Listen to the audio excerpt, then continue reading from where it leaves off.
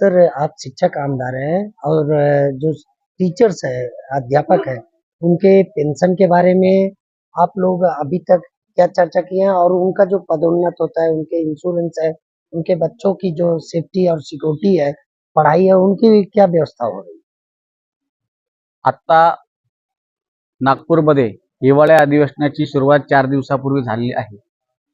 महाराष्ट्रामध्ये शाळांमध्ये जे कार्यरत आमचे शिक्षक शिक्षकेतर कर्मचारी आहेत, त्यामध्ये प्रामुख्याने 1 नोव्हेंबर 2005 पूर्वी नियुक्त जे विना तत्वावर किंवा अंशतः अनुदानावर काम करतात, अशा 26,000 शिक्षकांना जुनी पेन्शन लागू करण्यासंदर्भात एक तपासणी समिती तयार केली आहे.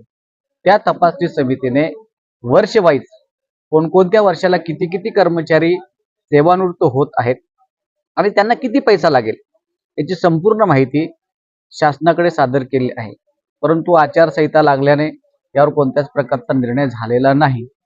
पण तो निर्णय होऊन हे 26,000 शिक्षक आहेत, कर्मचारी आहेत, त्यांना जुनी पेन्शन लागू करावी आणि त्यात प्रामुख्याने जे सेवानिवृत्त झाले आहेत किंवा मृत कर्मचारी आहेत, अशा कर्मचाऱ्यांचा तात्काळ निर्णय व्हावा याकरता यावेळेला मी सभागृहामध्ये ऑलरेडी 97 अन्वय सूचना मांडलेली आहे.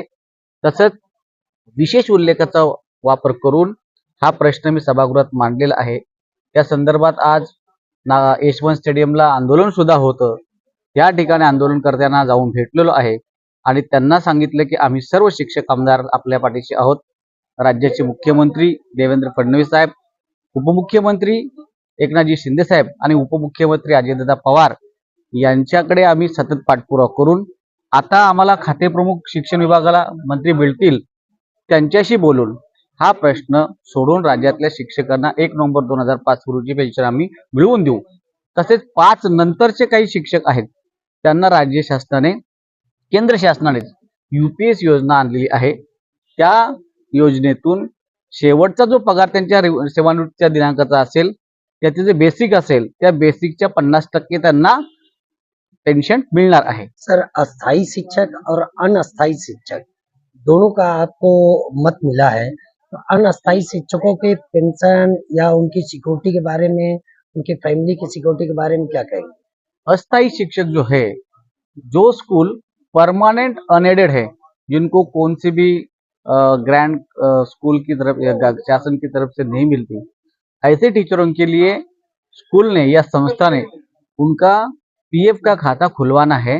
उसमें हर महीने खुद संस्था ने पैसा जमा करना है और साथ साथ में टीचर के भी खाते से पगार में से पैसा काटकर दोनों पैसा प्रोविडेंट फंड में जमा करना है और उसी के ऊपर जब भी वो पेंशन जब भी वो रिटायर्ड हो जाएगा टीचर, उस टाइम उसी में से उसको पेंशन मिलने वाली है। सर, ऐसा कई अध्यापकों का डिमांड भी है कि उनको आवास की जो व्यवस्था होती है, महाड़ा है सारे या सरकारी स्कीमों में जमीन की जो लीज पे व्यवस्था होती है, वो उनको नहीं मिलती है। तो उसके लिए आप लोग क्या पहल कर रहे हैं?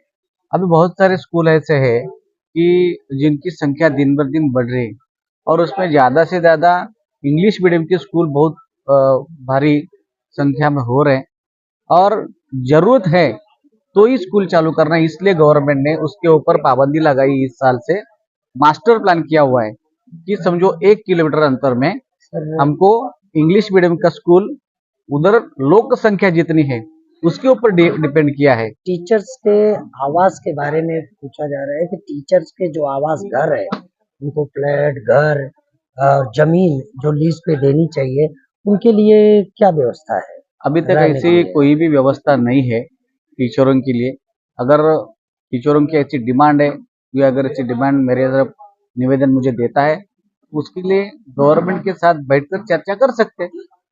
धन्यवाद।